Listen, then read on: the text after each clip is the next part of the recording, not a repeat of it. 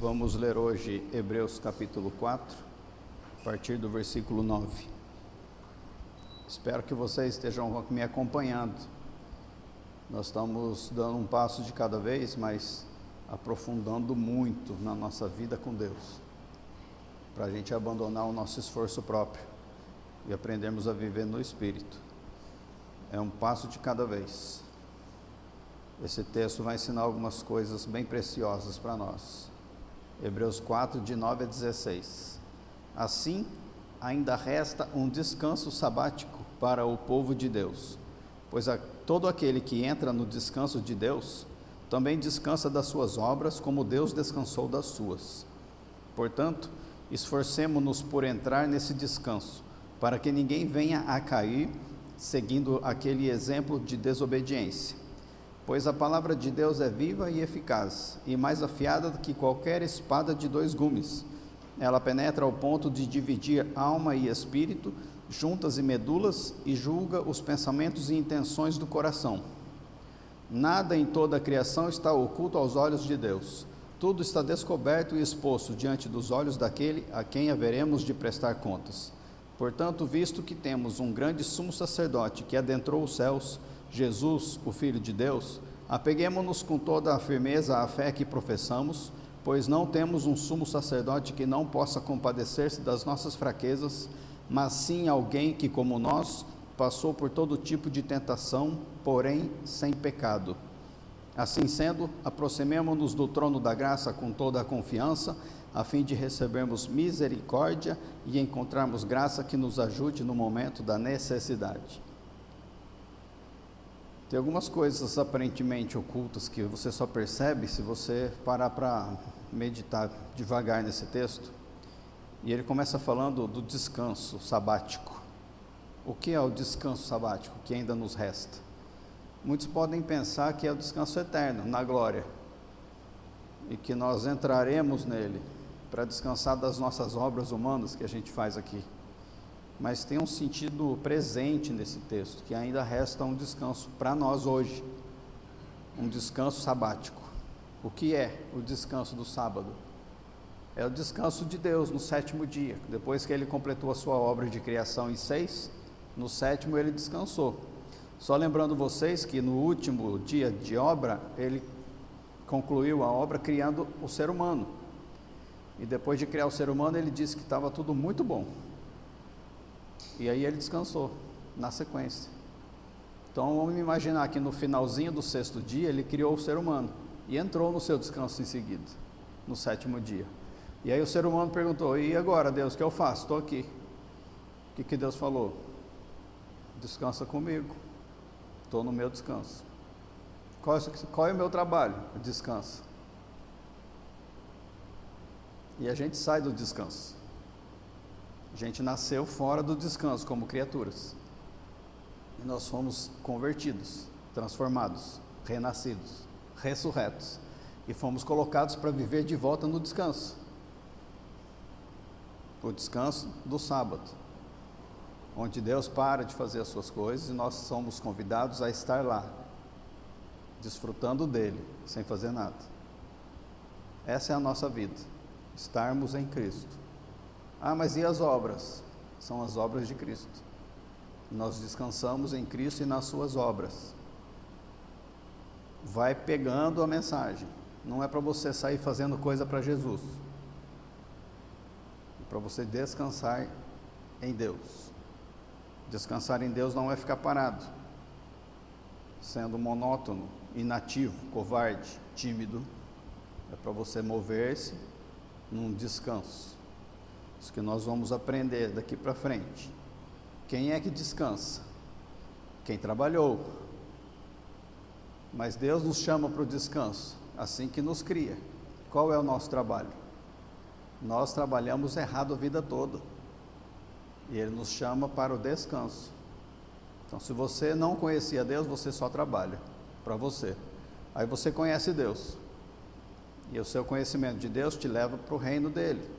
E você vai para a igreja, para aprender a viver no reino. E a igreja fala para você, trabalhar.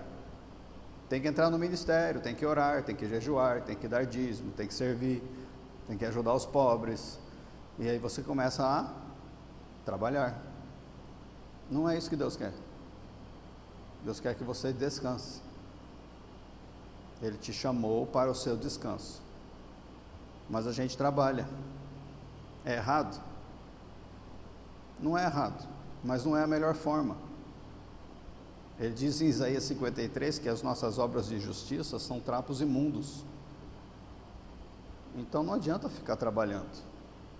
Ele não aceita. Ele quer que nós descansemos. Por isso que ele diz que ainda resta um descanso. Por quê? Porque nós não estamos nele.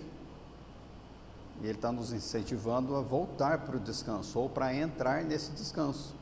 E ele fala exclusivamente para o povo dele. Ainda resta um descanso sabático para o povo de Deus. Pois todo aquele que entra no descanso de Deus, também descansa das suas obras. Então todo mundo faz obras, muitos que não deveriam. E Deus fala, agora para de fazer as suas obras e descanse delas, como Deus descansou das suas.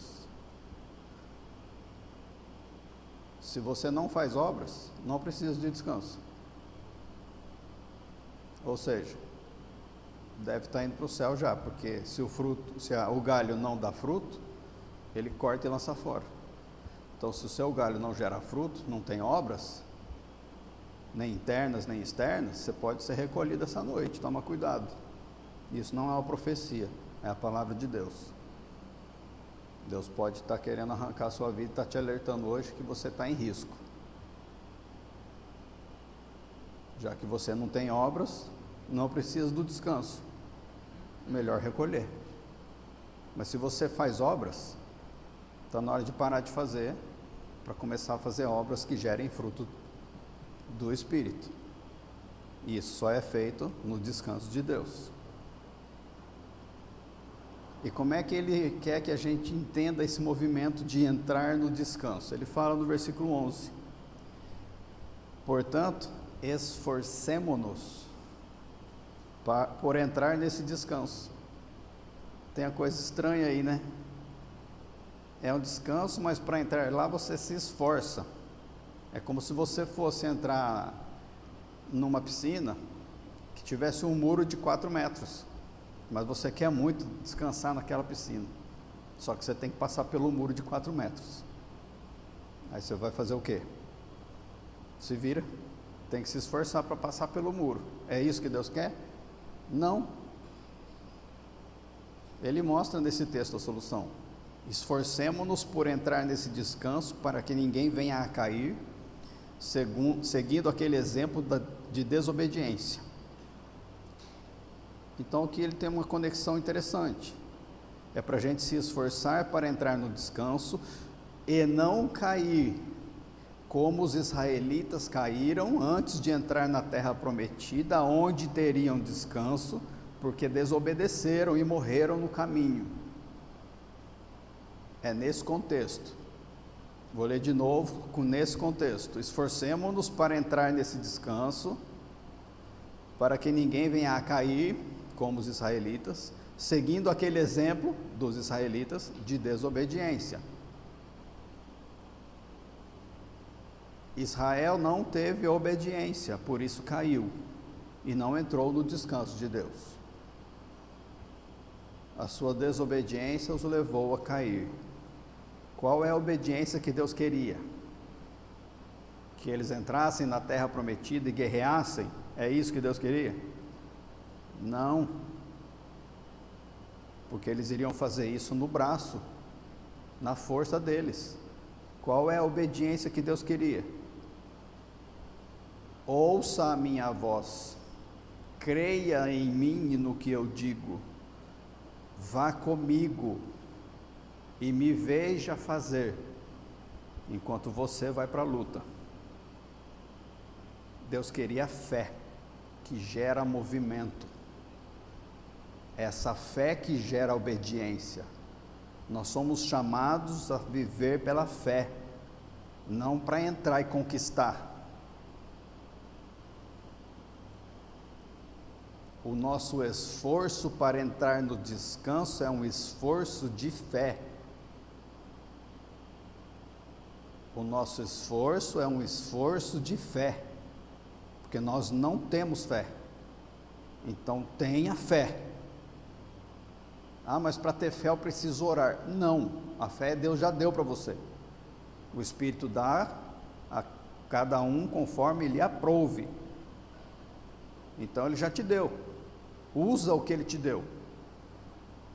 Se esforce para pôr a fé em primeiro lugar, e não a obra, a fé.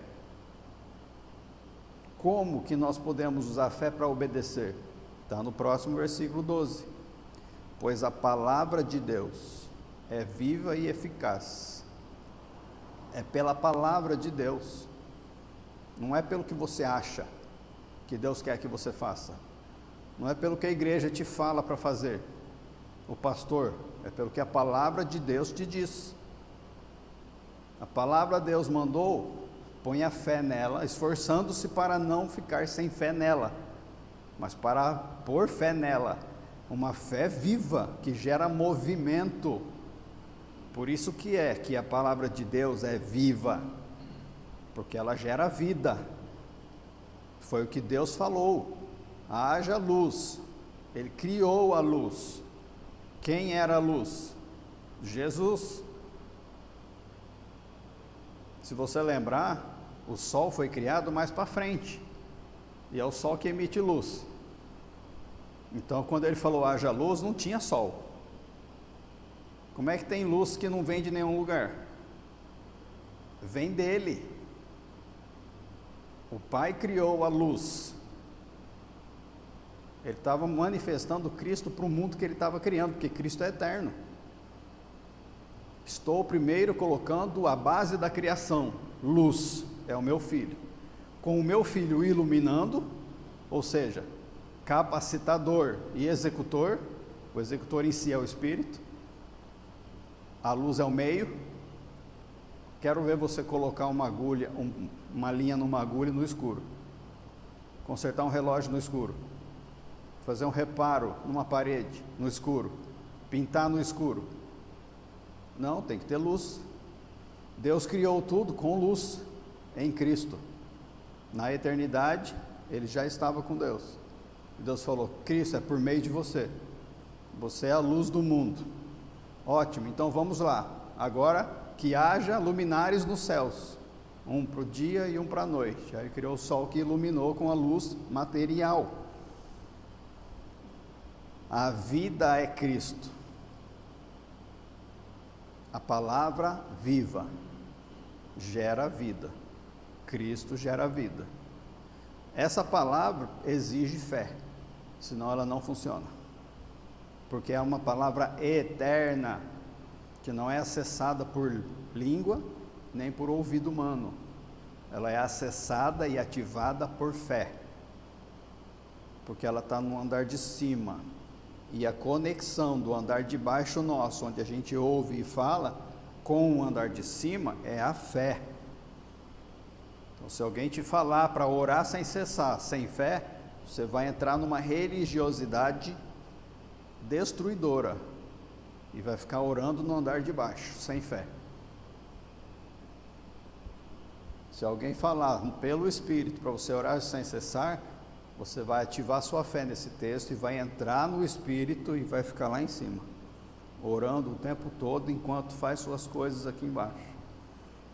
Muitas vezes sem dizer uma só palavra, porque é eterno, pela fé. Você ora sem cessar hoje? Tem que orar pela fé, que é eterna, no andar de cima, numa conexão de descanso. Estou descansado em Deus, estou orando o tempo todo, estou ligado no que Deus tem para mim e que Ele quer de mim, estou contando com Ele em mim para viver enquanto faço o que eu tenho que fazer. Aí perde todo sentido de igreja e ministério, de cultos uma vez por semana, ou estudos uma vez por semana, ou visitas, ou discipulados. Passa para um outro nível de descanso eterno, numa fé eterna, numa oração incessante, enquanto você vive. é uma postura diferente de vida, pela palavra viva e eficaz. Eficaz é o que tem resultado certo. A palavra de Deus traz o resultado esperado, porque ela não volta vazia, mas cumpre o propósito para qual foi enviada. Então, se é para você orar sem cessar, Ele vai fazer você orar certo, para ter o resultado desejado em você e por meio de você. Isso é pelo esforço? Não, é pela fé. Acabou o esforço, não precisa sofrer mais. Deus não quer o seu sofrimento, o seu sacrifício. Deus quer a sua comunhão com Ele. Nosso esforço está em permanecer firmes nesse lugar pela fé. E no 14 ele complementa: portanto, visto que temos um grande sumo sacerdote que adentrou os céus, Jesus, o Filho de Deus, olha aqui a solução clara: apeguemo-nos com toda a firmeza à fé que professamos. Está aqui o esforço. Esforce-se em se apegar com toda a firmeza à fé que professamos. Nunca esqueço que a minha filha estava no banco de trás do carro de pé, quando ela era pequenininha. A gente deu uma bronca nela, porque ela não podia ficar de pé. Naquela época não tinha cadeirinha de proteção, e o cinto de segurança era muito grande para ela, então ela ficava só sentada. Mas daí ela levantava, como toda criança, dentro do carro, e ficava de pé. E a gente deu bronca nela um dia: senta, senta, e ela não sentava. Uma hora ela respondeu: eu estou segurando firme, firme, firme, firme, estou segurando, firme, firme, não vou cair.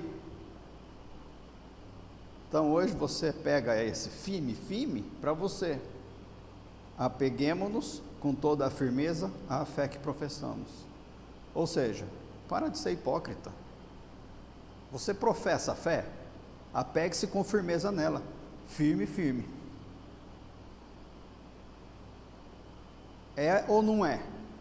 Toma um lado. Elias falou para o povo de Israel, quando eles estavam adorando Baal e outros deuses, para o povo tomar um lado. Se vocês creem que Baal é Deus, sigam-o. Se vocês creem que nosso Senhor é Deus, sigam-o. Toma um lado. Para de ser hipócrita. Põe a sua fé num lugar só. O povo ficou quieto. Foi aí que ele derramou o fogo do céu e acabou com os sacerdotes de Baal, 450. Aí o povo tomou uma posição e veio para o Senhor. Mataram os 450 profetas. Ele matou na espada o profeta. A palavra de Deus é viva, porque gera vida, e eficaz, porque gera resultado, mais afiada que qualquer espada de 2 gumes, não importa se passaram-se mais de 2.000 anos, ou 4.000 anos, ou 1 milhão de anos, não vai haver nenhuma tecnologia humana capaz de criar uma espada mais afiada do que a palavra de Deus. Penetra, vai pegando as palavras-chave. A palavra de Deus penetra. Ela está penetrando? Ou está ficando só no ouvido e na mente? Até onde ela penetra? Ela penetra ao ponto de dividir alma e espírito, juntas e medulas, julga os pensamentos e intenções do coração. Aqui ele está fazendo distinções, que alma é diferente de espírito, porque é o ponto de dividir. Tem um momento que não está dividido, até a palavra de Deus penetrar lá e dividir. Ah, mas eu sou 3, eu sou um espírito, alma e corpo. Depende. A palavra entrou? Se a palavra não entrou, você não é 3, você é 2, porque o espírito e a alma estão grudados ali. É um só. E ele também separa juntas e medulas. E ele também julga os pensamentos e as intenções do coração. Sabe o que quer dizer? Que a alma é diferente do espírito, a junta é diferente da medula, E o pensamento é diferente da intenção do coração. A alma, onde acontecem essas coisas, os pensamentos e os sentimentos, são diferentes, ela é diferente das intenções do seu coração. Então você pode estar ao mesmo tempo em dois estados diferentes. Imagina Moisés quando Deus chegou para ele e falou: você vai libertar o meu povo da mão do faraó, do Egito. Qual era o estado da alma dele? Não vou. Não vou. Qual era o estado da intenção do coração dele? Vou. Mas estou com medo. Não quero ir, mas vou. São dois estados, da alma e do espírito, ao mesmo tempo. Nós somos assim. Nós temos um estado nos pensamentos e sentimentos e outro estado no ser interior, no espírito, na essência. A palavra de Deus habita onde? Na essência.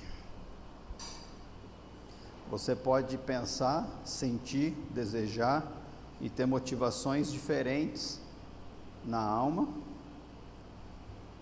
do coração, do espírito, ao mesmo tempo. Por exemplo, seus pensamentos e sentimentos vão numa direção que você não gosta. Por que você não gosta? Porque a intenção do seu coração é de agradar a Deus e você não gosta do que você está pensando e sentindo. É ao mesmo tempo. Ou sua alma fica desapontada com Deus, bravo, chateado. Ele não te dá o que você está pedindo, ele não está ouvindo sua oração, não está te libertando de algo, mas no íntimo do seu ser você confia, espera, depende, continua buscando e pedindo ao mesmo tempo. Tudo bem, Deus, que saco, por que está demorando tanto? Mas tá, vou esperar. Ao mesmo tempo. Embaixo a gente funciona de um jeito, em cima do jeito de Deus. Não confunda isso em você. A sua alma é de um jeito, o seu espírito é de outro jeito. Não são seus sentimentos e pensamentos que definem você. Embaixo é o seu espírito que define você. É o mais íntimo de você que define você. O problema é que a parte de baixo grita tão alto que nós não ouvimos as intenções do coração. Porque a gente ainda não experimentou a palavra viva e eficaz, separando a nossa alma do nosso espírito. Então, quando a alma grita, você acha que você é assim, que o seu espírito está seguindo aquilo lá. Aí vem a palavra de Deus e te confronta lá no fundo do seu ser, penetrando lá, separando as duas coisas. E aí você tem a revelação, porque o seu espírito foi separado da sua alma, e aí você percebe que na sua alma está o caos, e ela estava te guiando. Mas agora, por essa palavra, me foi revelado que não precisa ser assim, e não é mais, porque pela palavra eu entendi que eu sou espiritual e não mundano. Eu sou invisível e não visível. Eu sou do céu e não da terra. A palavra separa. O que quer dizer? Que ela faz uma distinção clara entre a alma e o espírito, mostrando que elas não são a mesma coisa. Para quê? Para você focar no espírito. Você não é feito de pensamentos e emoções. Você é feito de espírito. Você é um ser espiritual. Hebreus 12, 9.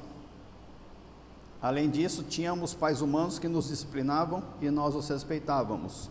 Quanto mais devemos submeter-nos ao Pai dos Espíritos, para assim vivermos. O que ele está falando aqui? Que Deus é o Pai dos anjos? Não, é seu Pai. O Deus Espírito é Pai de você, Espírito.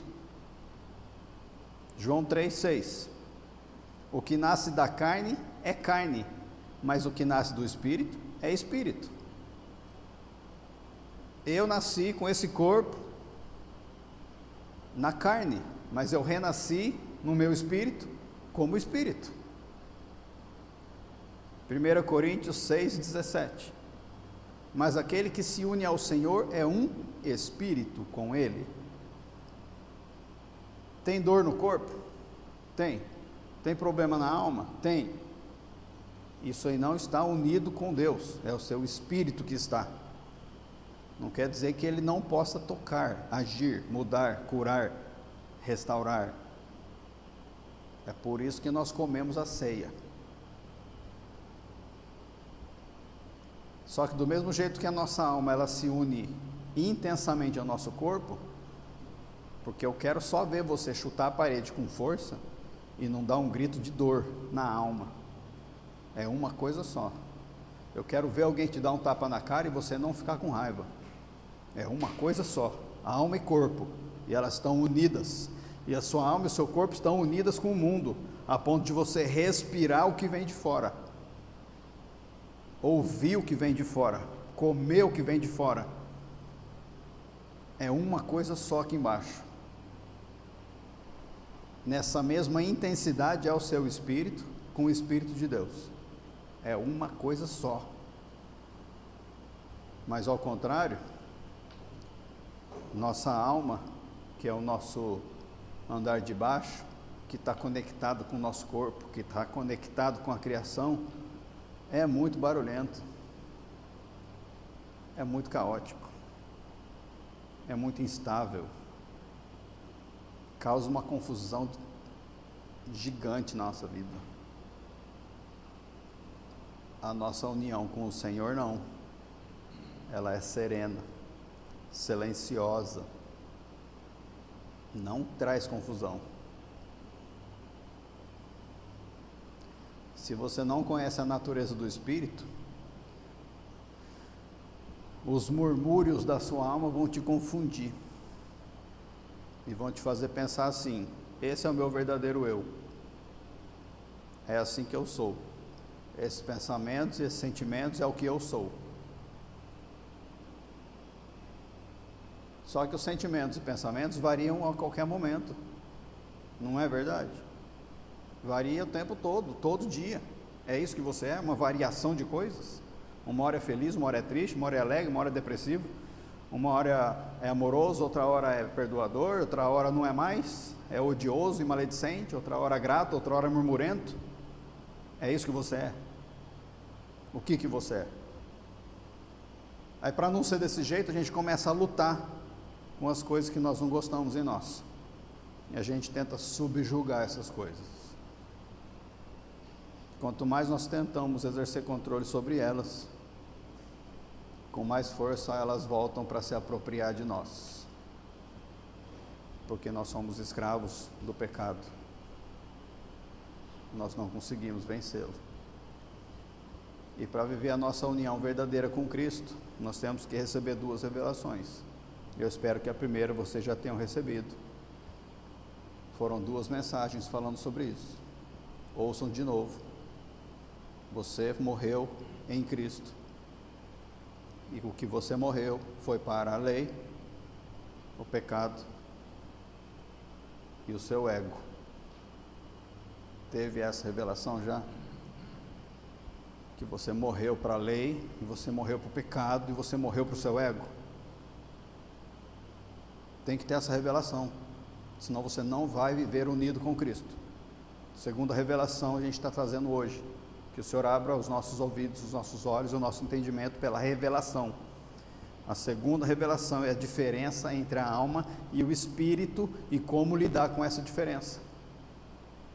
Quando você entender essa diferença e souber lidar com isso, sabendo que você é livre do pecado, da lei e do ego, você vai ser capacitado a viver em Cristo. Enquanto nós não tivermos essas 2 revelações, Satanás vai continuar dizendo para nós: seu velho eu não está realmente morto.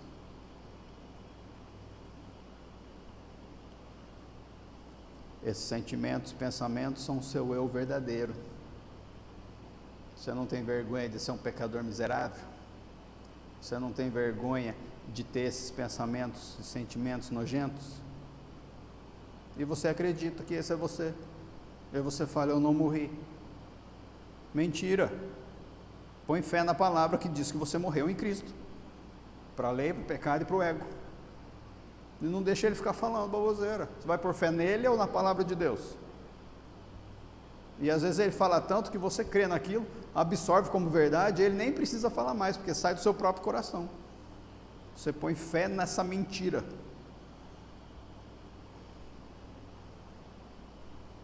Nossa alma e o nosso espírito são como um furacão. Se você conhece um pouquinho de furacão, você sabe que ele é o caos, se girando, destruindo por onde ele passa. Nossa alma destrói onde ela passa. Só que no centro da nossa vida, onde é o espírito, tem a calmaria do furacão. Está tudo quietinho ali. Em volta é o caos, mas no espírito está tudo quietinho. O olho do furacão. É ali que está o silêncio, a tranquilidade. É o lugar estável, unificado com Deus, calmo. Do lado de fora, turbulência, barulho, caos, altos e baixos, instabilidade, todo tipo de emoção e sentimento, pensamento. Onde é que acontece o movimento da nossa vida? Na alma, no corpo.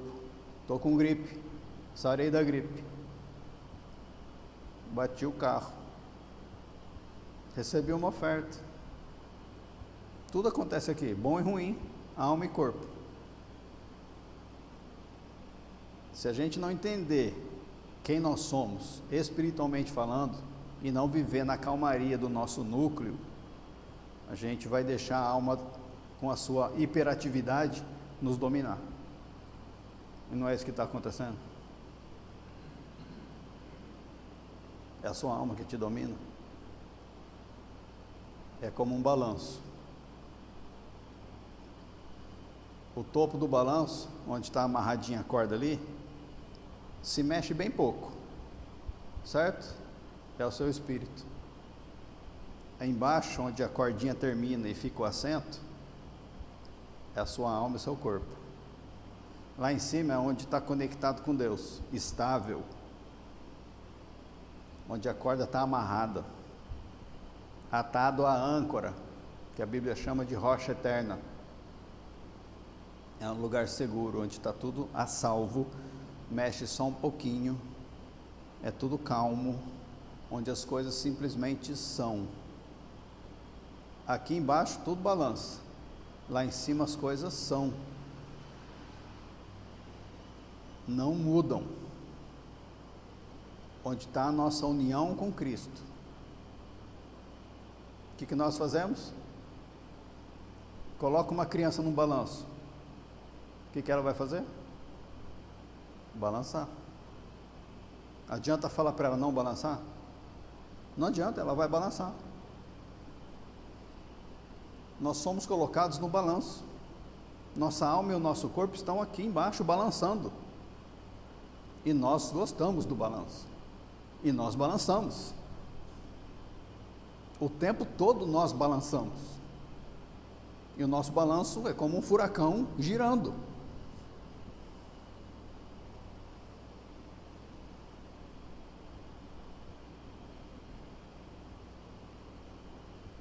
Só que Ele está ali, o nosso abrigo eterno, nunca desiste de nós, Ele que nos segura, nos sustenta, nos protege, não nos abandona, não se esquece de nós e nunca nos solta. Nós somos sua propriedade, estamos amarrados lá. Você vai olhar para baixo no balanço ou vai olhar lá onde você está seguro? Deus deu a sua vida em Cristo, Deus deu a vida de Cristo, Cristo deu a sua vida por você no balanço, e Ele te manteve no balanço. Você está aqui ainda.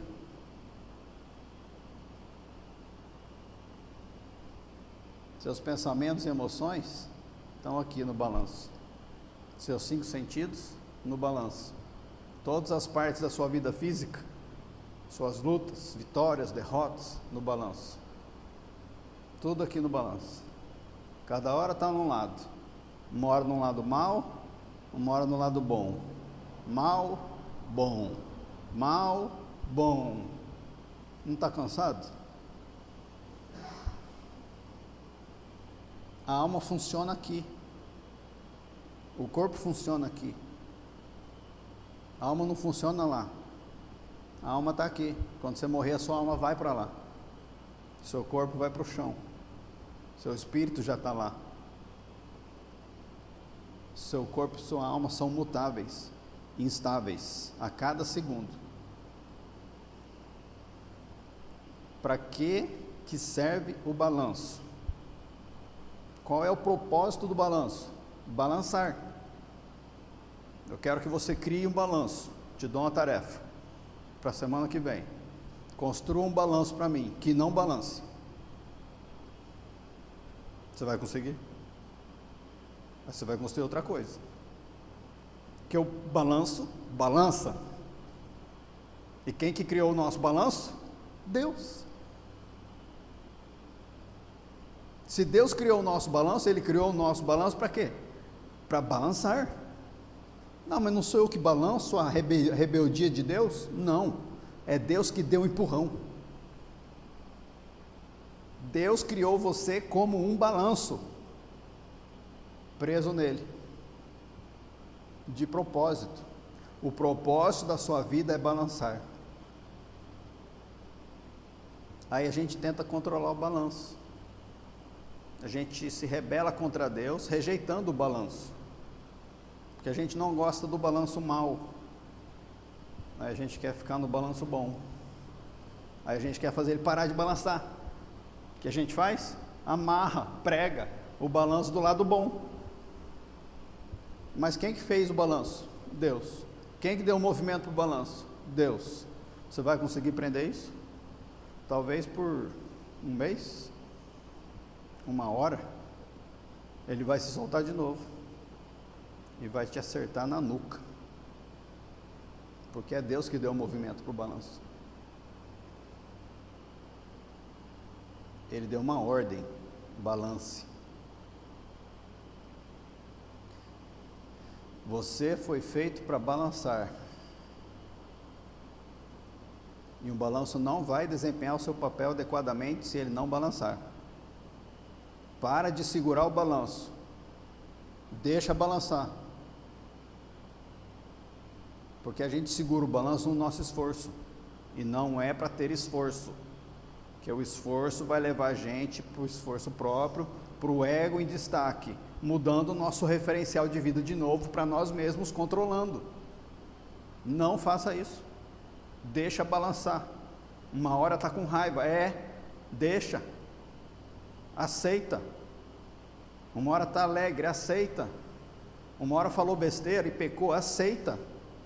Nós estamos balançando, somos assim, Deus quer que nós sejamos assim. Nosso espírito não é assim. Se você não conhecer o seu espírito, tudo que você vai conhecer dentro de você é a sua alma oscilante. Você vai olhar para ela o tempo todo. Quem não conhece o descanso de Deus de verdade, a plena graça de Deus, e como viver na sua união com Deus, vai tentar parar o balanço. Ou você descansa, ou você tenta parar o balanço. Descansa com o balanço. Descansa lá em cima. Deixa o balanço balançar. Você está lá em cima. A gente pensa que a maturidade cristã é você travar o balanço, é fazer o balanço balançar mais para o lado bom. Não é isso. Deus não está do lado bom. Onde Deus está? Em cima. Não adianta você orar do lado bom.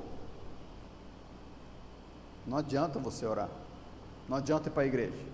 Não adianta dar dízimo. Toda vez eu falo isso. Acorda. Não adianta. Deus está em cima. Também não adianta você não pecar ou pecar. Não adianta. Por mais que você peque, não adianta. Deus ainda está ali em cima. Então não importa o quanto você peca, Deus está ali em cima. Não importa o quanto você faça, Deus está ali em cima. Não importa o quanto você pare de pecar, Deus ainda está no mesmo lugar. E não importa o quanto você pare de fazer, Deus continua no mesmo lugar. Viva lá nele. Esquece esse balanço caótico. O topo da árvore, do balanço, é a vida. Ali está Cristo, na árvore da vida. Aqui embaixo é a outra árvore, do bem e do mal. Sai dela. Nosso esforço próprio não provém do alto. Não flui da vida de Cristo. Flui da nossa prática de viver independentemente e tomar as decisões e escolhas e tempos.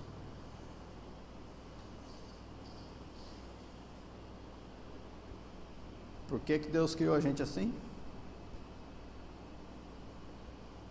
Por que Ele não quer que a gente pare esse balanço? Por que Ele chama a gente só para descansar e deixar o balanço? Porque é o único modo da gente aprender a viver pela fé. Porque se não estiver balançando, não precisa de fé.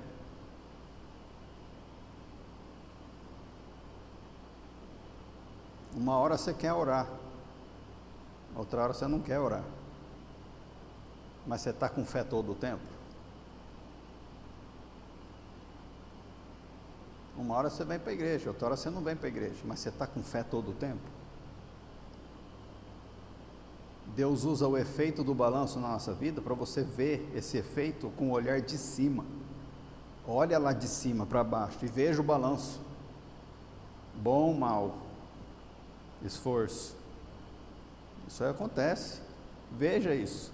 Veja o mundo em volta de você nesse balanço. Veja as pessoas à sua volta nesse balanço. E fique lá em cima, no Espírito, onde você está unido a Ele.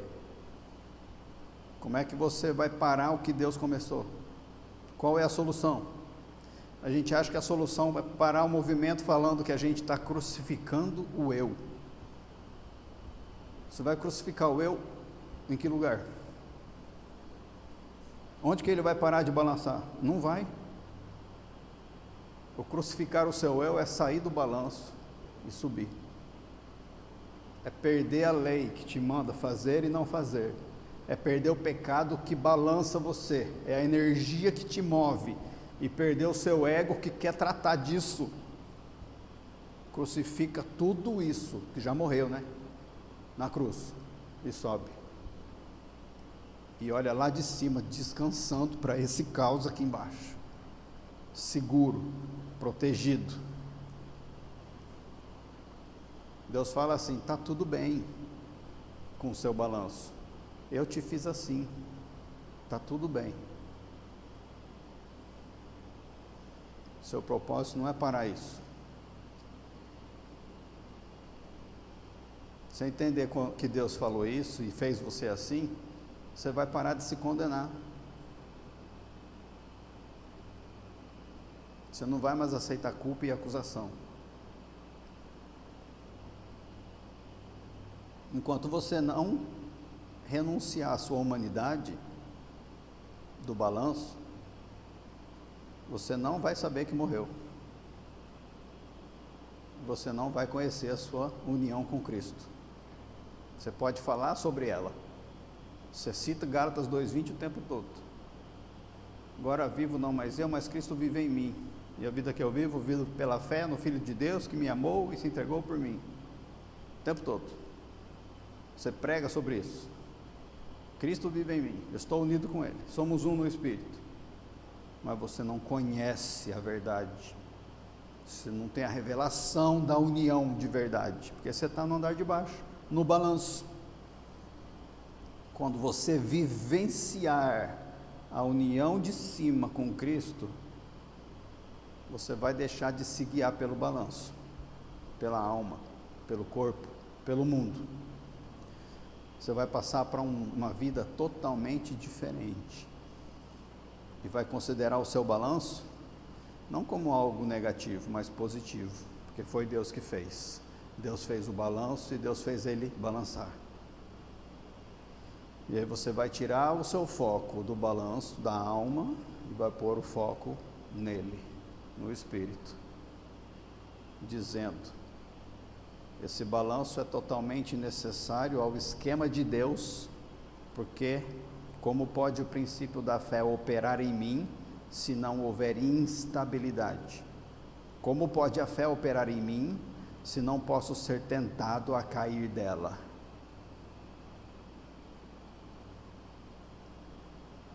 Quando você começa a viver na unidade com Cristo, você para de discernir Deus e para de discernir você mesmo olhando do balanço.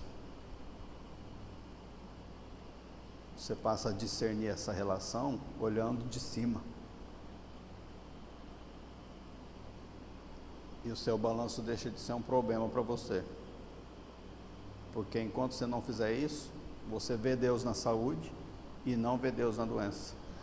Você vê Deus na abundância e não vê Deus na pobreza. Você vê Deus na vitória e não vê Deus na derrota. Não é isso que estão pregando por aí? Que se você for para lá e der lá e ir lá e servir lá e estar lá e se submeter a lá, Deus vai te prosperar. E se não te prosperar? Onde está Deus? Você tem que discernir Deus e discernir você de cima. O seu propósito é viver no meio do barulho, para que você possa deixar a vida surgir a partir do alto, no meio do barulho. Olha Hebreus 4,16, nosso texto, último versículo. Assim sendo, aproximemo-nos do trono da graça com toda a confiança em cima, a fim de recebermos misericórdia e encontrarmos graça que nos ajude no momento de necessidade. Qual é o momento de necessidade? Todo momento é um momento de necessidade, porque o seu balanço, onde é que ele está agora? Ele está parado? Não, né? Então ele está precisando da vida de cima. Pode ser algo bom ou ruim, a necessidade é a mesma. Então você entra com confiança para receber misericórdia e encontrar poder que te ajude no momento do balanço.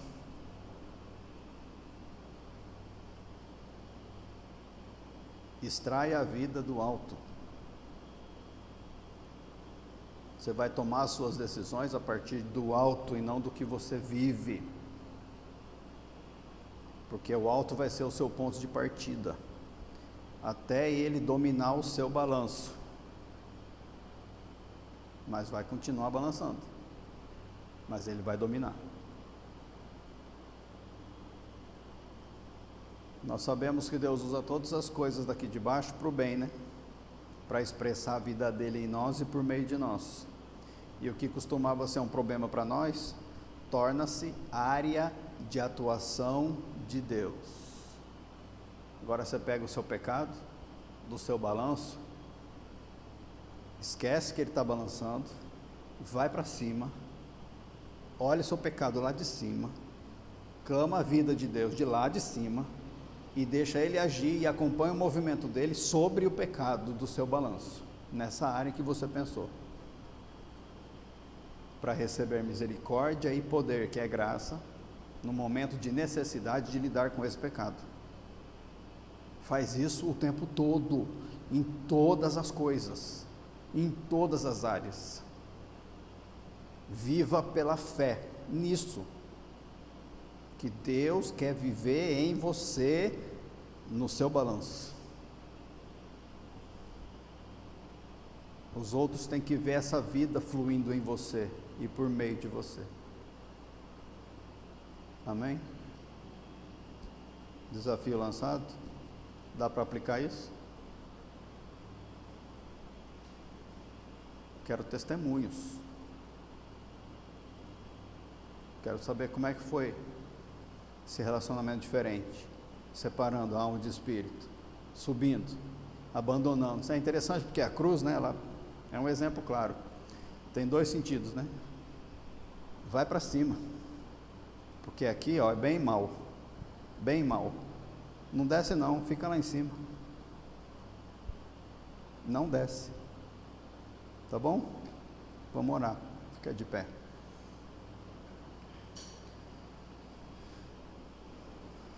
Mais uma vez, Pai, entregamos para Ti nossa vida agora no sentido mais profundo. Entregamos nosso balanço, entregamos o nosso bem, o nosso mal, entregamos a nossa decepção conosco, entregamos a nossa alegria pelas nossas vitórias, as glórias que recebemos, a alegria pelos sucessos e pelas vezes que nós nos contentamos, nos satisfazemos. Também entregamos todas as nossas dificuldades, tudo que está aqui embaixo nesse balanço caótico, para que o Senhor possa assumir o controle da nossa vida no Espírito, nos dar o olhar de Cristo, a boca de Cristo, o pensamento de Cristo, a imagem de Cristo, o fruto do Espírito.